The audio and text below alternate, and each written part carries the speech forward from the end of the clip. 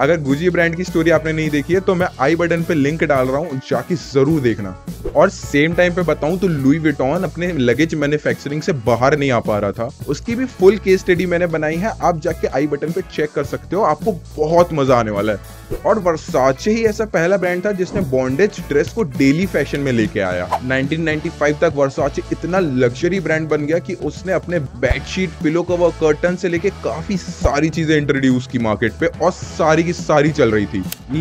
लेकिन जियानी वर्साचे ने एक बहुत बड़ा सच हम सबसे छुपा के रखा था कि जियानी वर्साचे एक गे थे।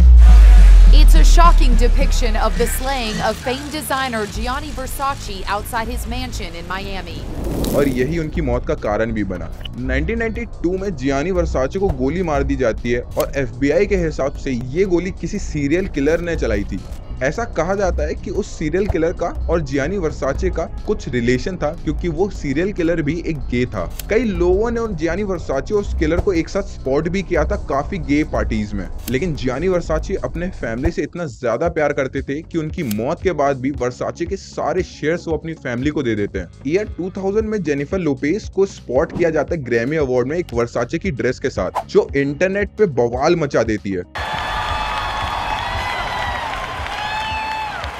गूगल का कहना है कि जेनिफर लोपेज की वो ड्रेस आज भी मोस्ट सर्च की लिस्ट पे आती है, और उस टाइम गूगल टेक्स्ट फॉर्म में हुआ करता था। तो गूगल की टीम को ये समझ में आ रहा था कि लोग बहुत ज्यादा सर्च करते हैं इमेजेस को, और गूगल को बहुत जल्द से जल्द एक इमेज का फॉर्मेट लाना पड़ेगा जिससे लोग इमेजेस सर्च कर पाए। तो गूगल ने तब जाके 2000 में टेक्स्ट फॉर्म से आके इमेजेस फॉर्म में लाया और गूगल इमेज का एक अलग से सेक्शन बना दिया। तो कहीं ना कहीं वर्साचे का बहुत बड़ा हाथ है गूगल को मजबूर करने में कि वो एक इमेजेस का सेक्शन लेके आए। जियानी वर्साचे के जाने के बाद उनकी फैमिली काफी ज्यादा स्ट्रगल कर रही थी वर्साचे को चलाने के लिए, और उनकी फैमिली नहीं चाहती थी कि कोई भी आउटर इन्फ्लुएंस वर्साचे पे हो। लेकिन उनकी फैमिली ये भी जानती थी कि हम वर्साचे को चला नहीं पा रहे हैं और जियानी वर्साचे की लेगेसी खराब नहीं होनी चाहिए, तो वो अपने शेयर्स 2014 से बेचना चालू कर देते हैं और वर्साचे की हालत थोड़ी इंप्रूव होने लग जाती है। 2018 आने तक उनकी फैमिली टोटल बैक स्टेप ले लेती है अपने वर्साचे ब्रांड से, और वर्साचे को कैपरी होल्डिंग्स खरीद लेते हैं $2.12 बिलियन में।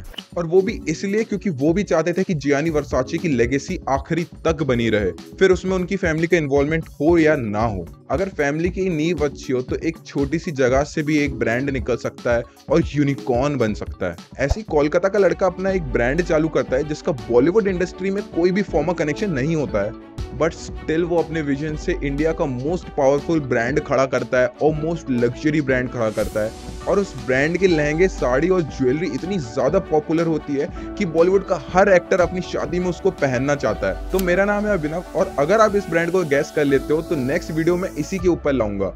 तब तक के लिए keep people happy and be fashionable.